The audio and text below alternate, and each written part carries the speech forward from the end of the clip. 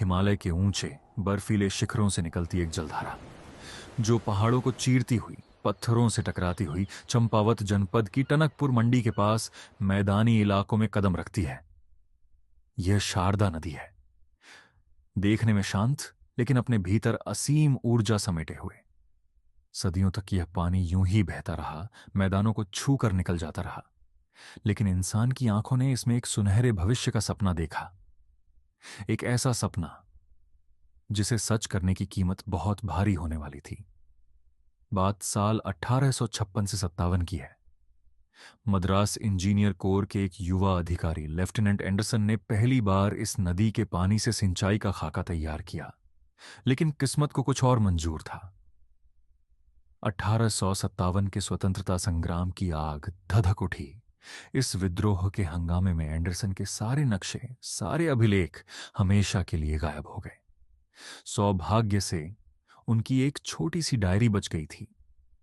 इसी डायरी के पन्नों को सुराग बनाकर साल 1867 में कैप्टन फॉरवेस ने इस अधूरे सफर को आगे बढ़ाया। लेकिन असली काम शुरू हुआ साल 1920 में, जब प्रथम विश्व युद्ध का शोर थम चुका था और सर बर्नार्ड डायरले ने इस विशाल परियोजना की कमान संभाली। नक्शे तैयार थे, लेकिन एक बड़ी चुनौती सामने थी। बनबसा के पास शारदा नदी का एक बड़ा हिस्सा नेपाल की सीमा में आता था। बिना आपसी सहमति के यहां बैराज बनाना नामुमकिन था। तब इतिहास ने एक अनोखा समझौता देखा। शारदा बैराज और नदी नियंत्रण के कामों के लिए नेपाल दरबार ने दरियादिली दिखाते हुए 2899 एकड़ भूमि भारत को सौंप दी। बदले में नेपाल को बहराइच में उतनी ही जमीन दी गई और बनबसा बैराज से सिंचाई के लिए पानी का एक हिस्सा भी तय किया गया। सरहदों की दीवारें पिघल चुकी थीं। अब बारी थी प्रकृति से जूझने की। साल 1873 की एक ब्रिटिश रिपोर्ट कहती थी, ब्रह्मदेव और बनबसा के आसपास की जलवायु मई से दिसंबर तक किसी काल से कम नहीं है। किसी प्रांत को अकाल से बचाने के लिए कुछ इंजीनियरों की बलि देना शायद ठीक हो, लेकिन इस नहर के लिए ऐसा करना कतई सही नहीं होगा। जी हां, बनबसा का वो इलाका साक्षात मौत का कुआं था। मलेरिया और जानलेवा बुखार का ऐसा प्रकोप था कि बाहर से आने वाले मजदूर काम छोड़कर भाग जाते थे। ठेकेदारों का पैसा डूब रहा था और मुसीबतें यहीं खत्म नहीं हुई।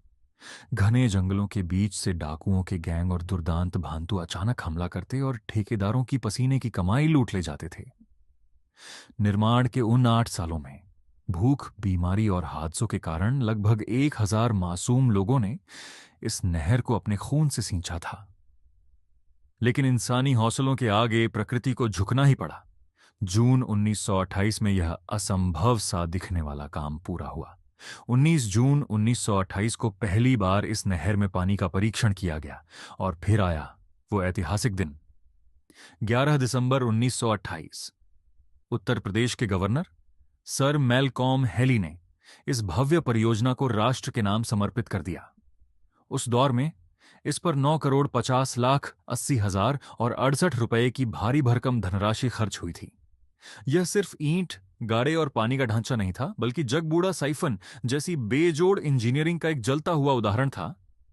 आज शारदा नहर उत्तर प्रदेश के 11 जनपदों ऊधम सिंह नगर, पीलीभीत, बरेली, लखीमपुर खीरी, शाहजहांपुर, हरदोई, सीतापुर, लखनऊ, उन्नाव, बाराबंकी और रायबरेली की लगभग 22,08,000 एकड़ जमीन को जिंदगी देती है।